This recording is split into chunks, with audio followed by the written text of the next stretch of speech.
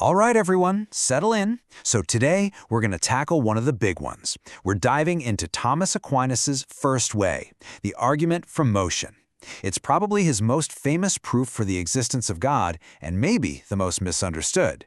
He called it the more manifest way, which basically means he thought it was the most obvious, the easiest one to grasp.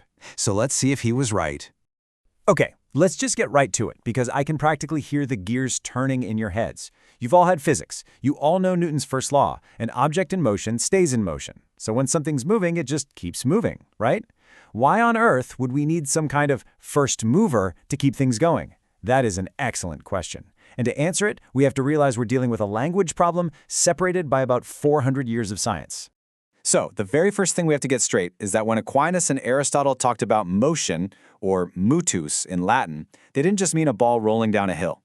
For us, motion is locomotion, moving from point A to point B.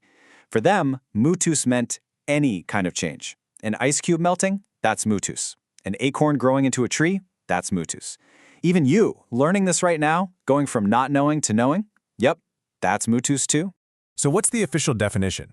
For Aquinas, motion is the reduction of something from potentiality to actuality. Now I know, that sounds super abstract, very philosophy speak, but stick with me, because it's actually a pretty simple and powerful way of looking at the world. The key is just understanding those two words, potentiality and actuality. It's really straightforward. Potentiality is just what something could be. A block of wood isn't hot right now, but it has the potential to become hot. An acorn isn't an oak tree, but it has the potential to be one. Actuality is just what something is right now. A fire is actually hot. A full-grown oak tree is actually an oak tree. See? Potential is the could be, and actuality is the is. Let's use Aquinas' own go-to example, because it makes this crystal clear. You've got a piece of wood. It's potentially hot. To make that potential actual, you need something that is already actually hot, like a fire.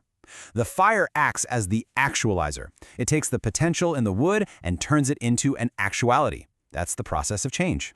And here it is, straight from the horse's mouth. For Aquinas, all change, all motus is just this. It's something's potential being brought into reality. So again, we're not just talking about physics. We're talking about the fundamental way reality works. Okay, so we have our terms down. Motion is change. Change is moving from potential to actual. So the next logical question is, what's the fundamental rule for this to happen? What does it take? And here is the pillar the whole argument rests on. Whatever is changed by another. Why? Well, a thing can't give what it doesn't have. That block of wood is potentially hot, but it's actually cold. It can't make itself hot. It means something outside of itself, something that is actually hot to do the job. Bottom line, nothing can change itself. Now, that premise immediately sets up a chain of movers, right? The fire heated the wood, but a match lit the fire. A hand struck the match, and that hand was moved by muscles, and so on. But here, and this is the most critical part of the entire argument, we have to ask, what kind of chain are we actually talking about here? There are two totally different kinds of causal chains. The first one is a temporal chain, what you might call an accidental chain.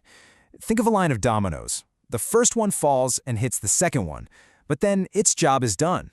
It could vanish, and the second domino would keep falling. The cause doesn't have to stick around. But the second kind, and this is the one Aquinas cares about, is a hierarchical or essential chain. This is a chain of causes all happening at the exact same time.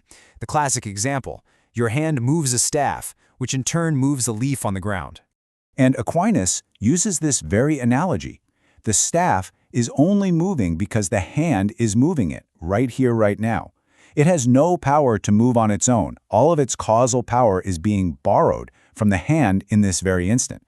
The second you take the hand away, the whole system stops dead. That's a hierarchical chain. Now, here's something that surprises most people. Aquinas was perfectly willing to accept, for the sake of argument, that the universe could be eternal. He didn't think it was, but he argued you couldn't philosophically prove it had a beginning. So that domino chain of causes going back in time, he was fine with that going on forever. This argument is not about finding the first domino. The real question, the one his argument actually hinges on, is this. Can that other kind of chain, the hierarchical, simultaneous one, be infinite? Can you have the leaf moved by the staff, moved by the hand, moved by the muscles, and so on, forever, all happening at this exact moment? And Aquinas' answer is a hard no. It's logically impossible. Because if this series of simultaneous movers went on forever, there would be no first member of the series. There would be nothing to start the motion in the first place. You just have an infinite number of intermediate movers, like the staff. And here's the logical punchline. If there's no first mover in that kind of series, there can't be any movement at all. An intermediate mover, like the staff, only moves because it's being moved by something else. If everything in the chain is just borrowing its power to move, then where does the actual power originally come from? It doesn't. The whole system would be inert. The leaf wouldn't be moving. Nothing would. Therefore, he concludes, this hierarchical chain must have a beginning. There has to be a first mover, something that's causing motion right now, but which isn't being moved or changed by anything else. It has to be the ultimate source of the change, not just another link in the chain. So what is this first mover? It is absolutely crucial to understand this is not about some being who lit the fuse on the Big Bang. That's a temporal chain. This is a philosophical conclusion. The unmoved mover is what philosophers call pure actuality. It has no unactualized potential. And since all change is a move from potential to actual, something with no potential cannot change. It is, by definition, an unmoved mover, the ultimate actualizer that needs no actualizing.